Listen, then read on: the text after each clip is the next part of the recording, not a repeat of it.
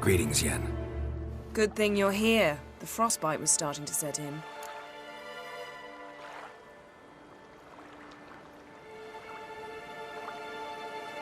You should have dressed warmer. Next you'll be pinning mittens to my coat. Can we go? Yeah. Quite a few years since I was last on Hindisfjall, but if I remember correctly, Lofoten should be this way.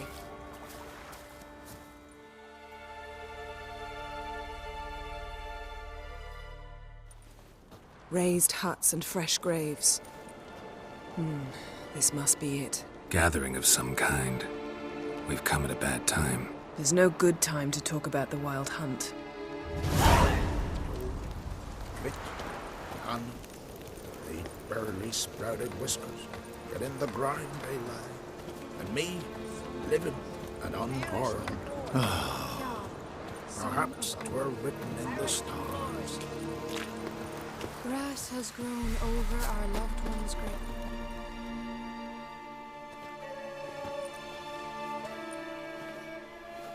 Ritual of some kind. We'll have to wait.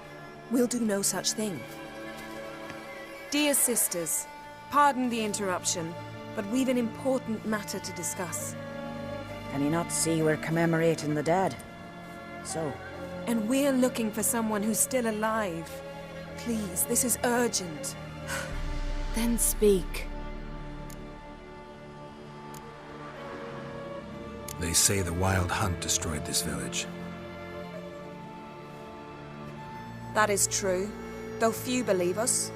You don't either, I'm sure. Did you see riders on skeleton horses, wearing frost-covered armor? Aye, that's how it was. They landed on our shores in a ship made of the claws of dead men, like in the ballads. Leif yelled to grab the children. Then they came, cut him across his face. He tried to whisper, only blood came out. You were to ask about someone, not prod their wounds. That's enough.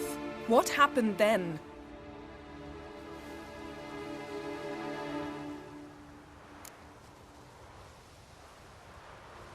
Go on. I ran out to get help, to get Leif. But so many bodies. Yole, Ingvar, little Neggy. Which way did the riders go? Towards the sea, through the ravine, on horses made of bones. Bones and ice and... Enough! Get to the point. Now. We're looking for a young woman, name of Ciri. Ashen hair, green eyes. I'm sorry. She is not here. Unless she lies in a grave. That is, I do not recall one by that name. But I've buried so many, I may have forgotten. This Ciri, has she a scar here on her cheek? Yes, what happened to her? Don't know.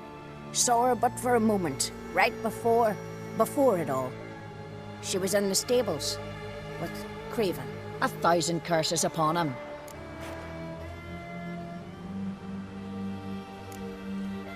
Remember anything else? Anything at all? Only that she seemed tired. Very tired. And her hair was wet. Great. So we know she bathed. Progress. I'm sorry, Craven. My apologies. Craven.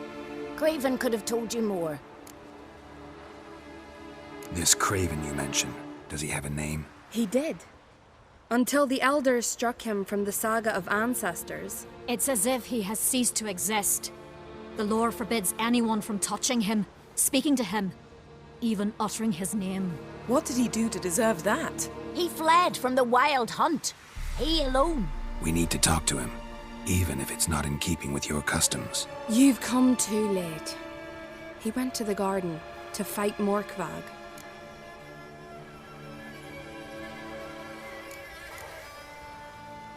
A coward who willingly seeks battle? Am I the only one who sees the contradiction? That's why he did it. Craven knew he would prove the elders wrong only if he killed Morkvarg. And thus regain his honor and his name. Trial by ordeal. Very Skelligan. I do not mock your laws. Please also respect ours. Morkvarg. What's that? Who, you mean? The vilest man ever to inhabit Skellige. Nothing was ever sacred to him. He attacked his own clan's lands, took gold from Nilfgaard, killed children, pregnant women. Know the type. They said he feared only one thing: the wrath of the gods. Morkvarg sought to prove how wrong they were, so he sailed to Hindisfjall to ransack the goddess's garden. This was over a decade ago. Archpriestess Ulva stood in his way. He thrust a blade between her ribs and cast her down in the mud.